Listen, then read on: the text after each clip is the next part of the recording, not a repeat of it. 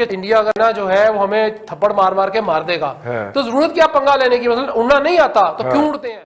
इससे चाइना को तकलीफ ये हो रही है कि वो जो कुछ बेहतर इलाका था जहां से वो उनको रोक सकते हैं, इंडिया इसने ले लिया है।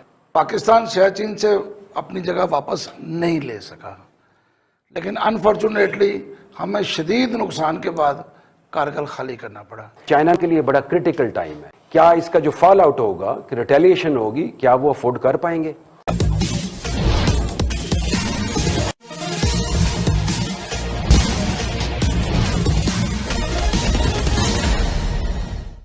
पिछले 29-30 की रात भारत के सैनिकों ने चीन के सैनिकों की वैसी दुर्गति की जिसकी शायद वे कभी कल्पना भी नहीं की होंगे। पिछले 2 माह में चीनी सैनिकों द्वारा यह दूसरी बार हिमाकत की गई है। आप लोगों को यादाश्त में अभी ताज़ा ही होगा कि पहली बार 2 माह पूर्व भी चीन के सैनिकों ने भारतीय सैनिकों पर बातचीत के दौरान अचानक हमला इसी गालवान घाटी में किया था, जिसमें भारत के एक कर्नल सहित कुल 20 जवानों को वीर गति प्राप्त हुई थी और चीन के भी कुल 43 सैनिक मारे गए थे। उसी गलती को पुनः चीन ने पिछले दिनों दोहराने की कोशिश की, लेकिन अब की बार भारतीय सैनिक चौकन्ना थे और इसमें न केवल भारतीय सैनिकों ने चीनी सैनिकों की बुरी तरह दुर्गत की, बल्कि पेंगोंग लीग के फिंगर 4 और 8 के बीच एक ऐसा इलाका जिसको चीन अपना समझता था, उस पर भी अपना कब्जा जमा लिया है।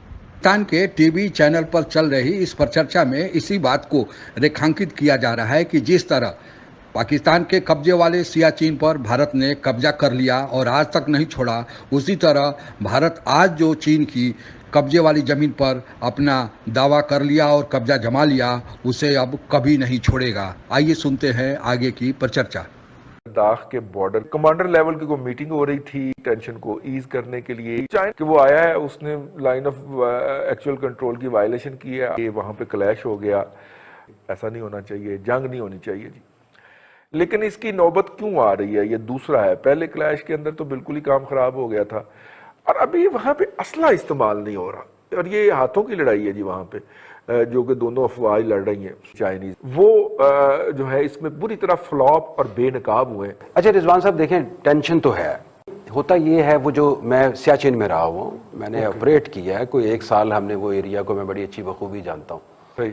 होता ये है, जो इस टाइप के जो ग्लेशियर्स टाइप के एरियाज होते हैं, जो वहाँ पे जब कोई भी कैप्चर कर लेता है तो वो वकेट कराना बड़ा मुश्किल हो जाता है। पाकिस्तान और आप देख लें, हमने 3 जंगें लड़ ली हैं और हिंदुस्तान का और हमारा मुआवजना आप करें तो वो भी एक बड़ा मुल्क है, बड़ा मुश्किल हो जाता है कैप्चर करना।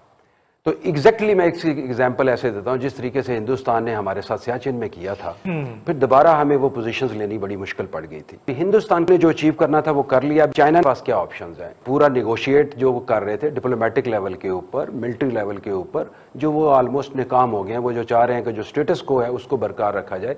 चाइना के पास जो ऑप्शन है वो ये है, पहली ऑप्शन तो ये है कि वो फुल फ्लैज उसको रिटेलिएशन पे जाए और इसी पे जंग लड़े, और इंडिया को भी ये पता है कि वो लेना बड़ा मुश्किल है क्योंकि ऑलरेडी ऑक्युपाइड पोजीशंस हैं।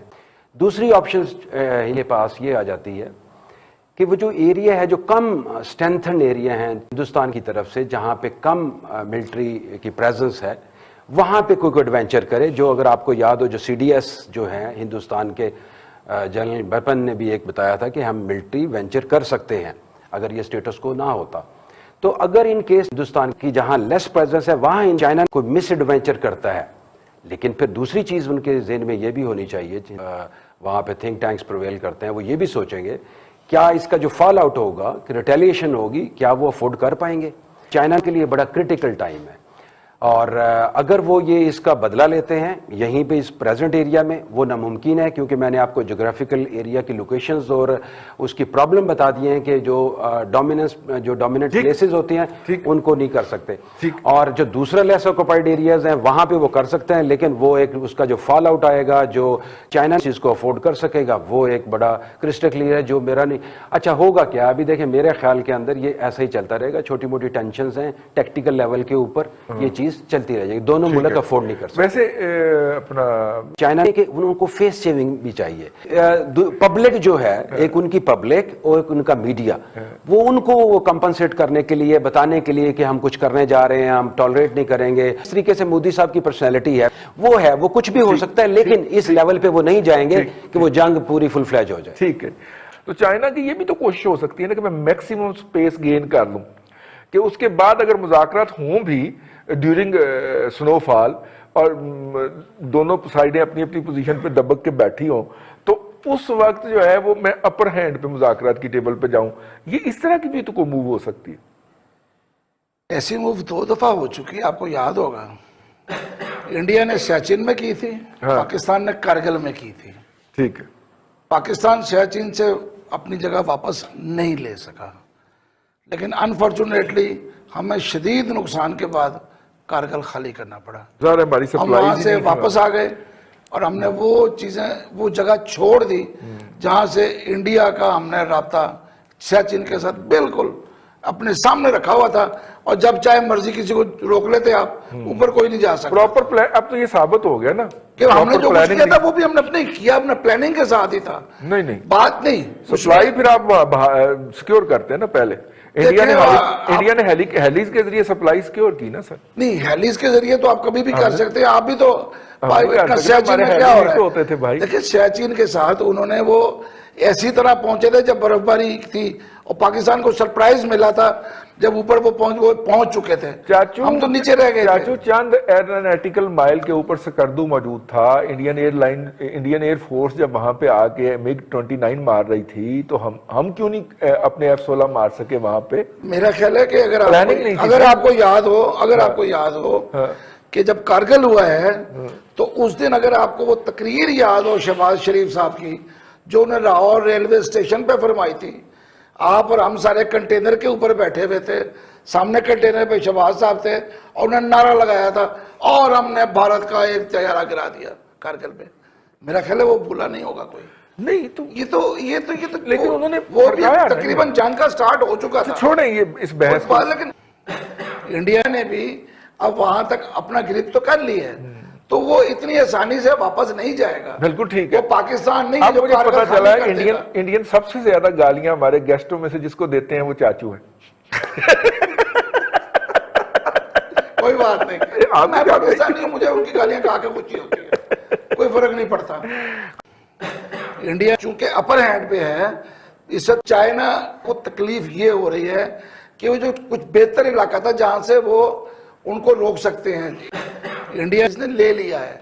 ये चीजें कुछ उसके साइडवेज भी हो रहा है। आप वो लतीफा और विंग्स भी हैं। आप वो लतीफा सुना रहे हैं कि एक साहब को एक गाड़ी टक्कर मार गई, तो वो उठ के तो रोना शुरू हो गए। उसने कहा यार शुक्र करो जान बच गई। उन्होंने कहा नहीं, गाड़ी के पीछे लिखा था कि अच्छा दोस्त फिर मिलेंगे, तो ये दोबारा आएगा। चाइना जो है, अगर उनकी ये गलती, इसलिए एक चीज समझने वाली बात है, अमेरिका इस वक्त फार ईस्ट में जिस तरह उनको घेर रहा है, जिस तरह पूरी बहरिया अमेरिका की उस इलाके में बेड़े जा रहे हैं, और जिस तरह से उन्होंने वहां पे उनको घेरा हुआ है, ठीक, चाइना का इस वक्त पूरा जो है वो सी पैक रूट जो है उसको उन्होंने सेव करना है। सही, ये बात अब समझ लेनी चाहिए। ठीक, कोई चाइना को, हर मुल्क को हक है कि वो मुतबादिल रास्ता अपना क्लियर रखे। सही, चाइना को सी पैक क्लियर रखना है। सी पैक क्लियर रखने के लिए स्कर्दू, लद्दाख, ऊपर सारा इलाका जो है, वो जितना उनका ज्यादा कंट्रोल होगा उतना सी पैक महफूज होगा। तो उन्होंने भी अपनी चीजें देखनी है। ये चीजें आहिस्ता आहिस्ता वक्त के साथ ही सामने आएंगी।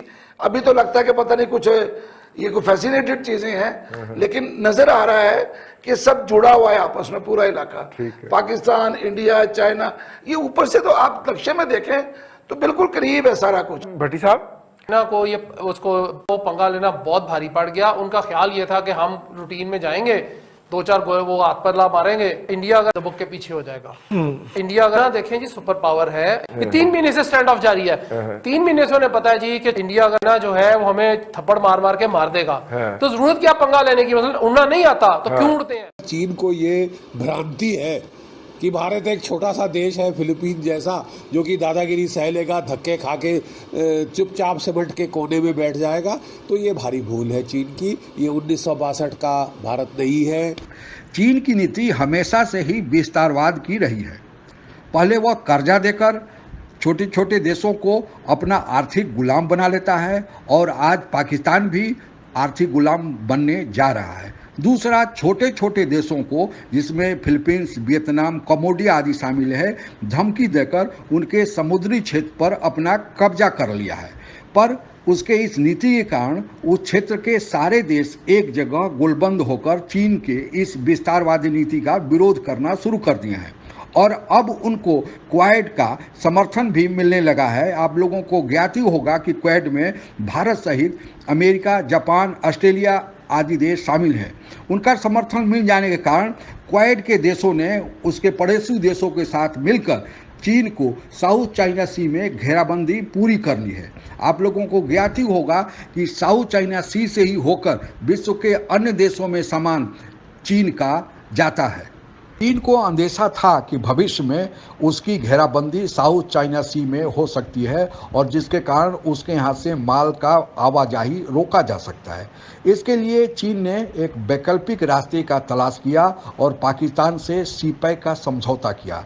इस सीपैक के अंतर्गत चीन से काराकोरम मार्ग होकर माल पाकिस्तान और फिर ग्वादर पोर्ट होकर विश्व के अन्य देशों में जाना था, लेकिन उसको यह अंदेशा था कि इस मार्ग में भी भारत मुश्किल पैदा कर सकता है, क्योंकि लद्दाख से वह इलाका नज़दीक है और लद्दाख के दौलत बेग ओल्डी में भारत ने अपना एक हवाई अड्डा स्थापित किया है तथा एक ब्रिगेड हेडक्वार्टर की स्थापना भी कर लिया है। वहां से काराकोरम मार्ग मात्र 8 किलोमीटर की दूरी पर है और भारत जब चाहे तो गोलाबारी करके उस रास्ते में अवरोध पैदा कर सकता है। आपको पता ही होगा कि जहां पर यह 2 बार झड़प हुई है वहां से दौलत बेग ओल्डी बहुत ही नज़दीक है। गलवान घाटी में भारत के साथ चीन की बार बार झड़प करने का उद्देश्य भारत रूपी बाधा को दूर करना है, ताकि उसके यहाँ से सीपैक का जो मंसूबा सामान भेजने का है वह कभी भारत बाधा न भविष्य में उत्पन्न कर पाए। लेकिन भारत के साथ हुई झड़प में चीन को यह अंदेशा आ गया है कि भारत पीछे हटने वाला नहीं है। इसलिए आप लोगों ने समाचार माध्यमों से यह सुना भी होगा कि पिछले 20 अगस्त को चीन ने ईरान के साथ एक समझौता किया है, जिसमें अब उसको सीपैक की आवश्यकता नहीं रहेगी। वह चीन से सामान कजाकिस्तान, उज्बेकिस्तान और तुर्कमेनिस्तान होकर सीधे ईरान और फिर ईरान के पोर्ट से होकर विश्व के दूसरे देशों में लेकर जाएगा। चीन अपना व्यापार कैसे करे वह उसकी नीति है, लेकिन भारत के अगर 1 इंच जमीन पर वह बुरी नज़र डालेगा तो उसका वही हश्र होगा जो पिछले दिन भारतीय सैनिक उसको करते आ रहे हैं। आप अगर हमसे जुड़ा रहना चाहते हैं तो कृपया मेरे चैनल को सब्सक्राइब करें तथा बेल आइकन भी दबा दें, ताकि नई वीडियो की जानकारी तुरंत आप तक पहुंच जाए। धन्यवाद। जय हिंद।